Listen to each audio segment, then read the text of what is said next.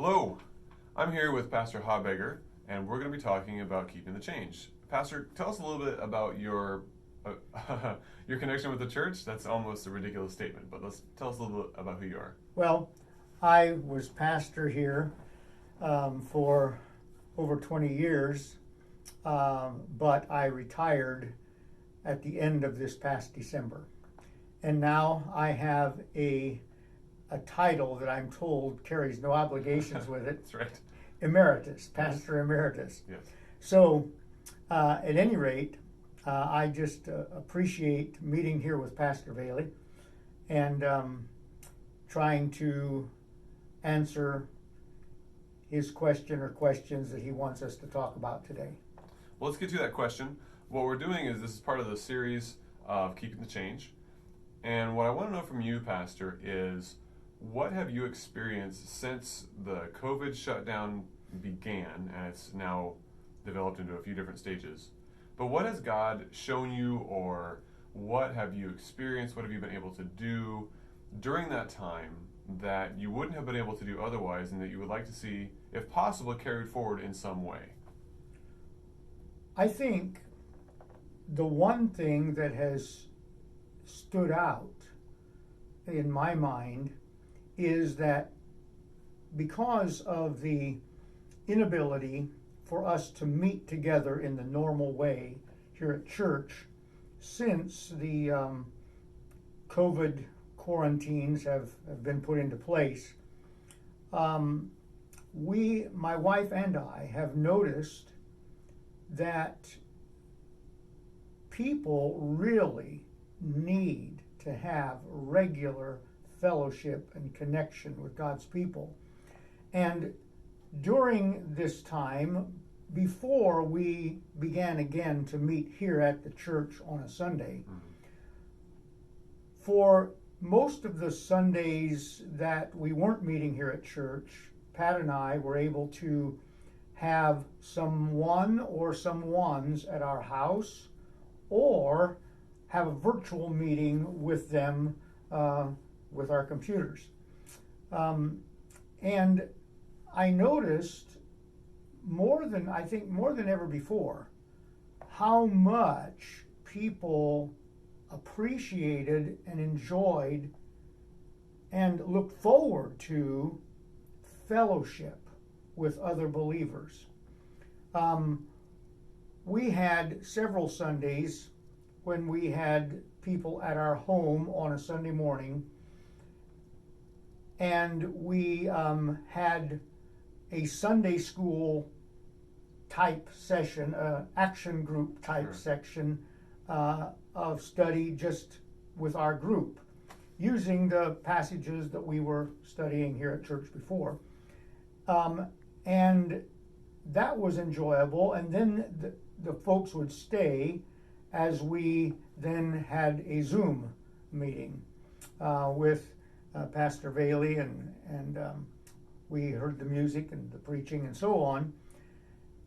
And and it was a blessing to Pat and I, but it was amazing to us how deeply grateful the people that were at our house felt to be able to get together, and they expressed that over and over again.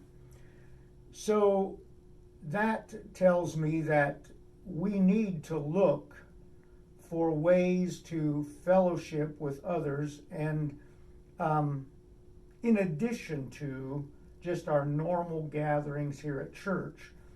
But one thing that Pat and I decided that really made it easier for us to have guests in our home was the big thing is the fellowship and the scriptures that we're dealing with.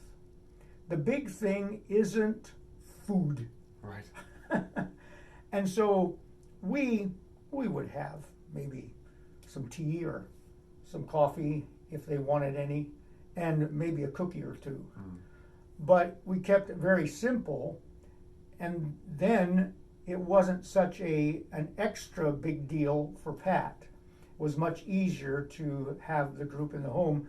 And I think sometimes we thought if we have a gathering, we have to go to a lot of extra work to have it really, really nice. Sure.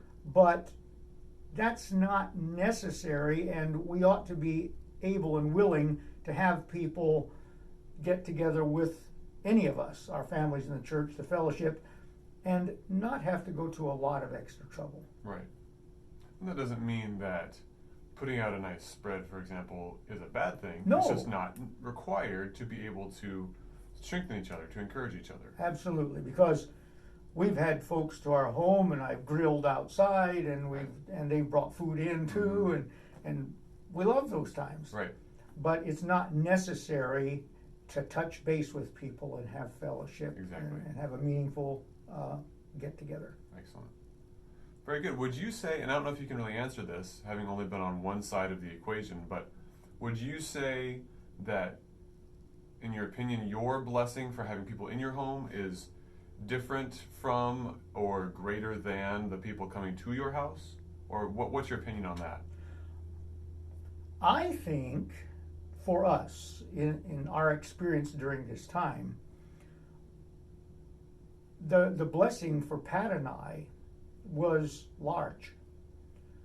But it also was for the people that came, and I think it's pretty much equal. Good. I think the folks really appreciated it, but we just really enjoyed Sure. having them there. Yeah, I know we love having people at our house, and it's always very energizing for us, and we love doing it, but it's also great to go to somebody else's house. Sure. It's a blessing no matter what, because we're with God's people. Mm-hmm. That's what matters. Good. Any other thoughts? Any other general thoughts on this topic? I really don't. Okay. Well, you expressed yourself very well. You answered every question I had as they came up, so you're very thorough in your answer, which is excellent. So there you have it. So we will work forward, and this is something that the deacons and I have already been talking about anyway, and you and I have talked about other times in the past as well, where we really want to continue to facilitate and encourage this type of less formal but no less important interaction between our church. And really, it's just another tool, another opportunity for us all to shepherd each other. That's what we're going to talk about going forward. I appreciate your input, Pastor, very much. And your example has been very helpful to me and the deacons in a lot of ways, of course. And we'll see what happens in the future with this type of setting. Thanks very much for being here. Thank you.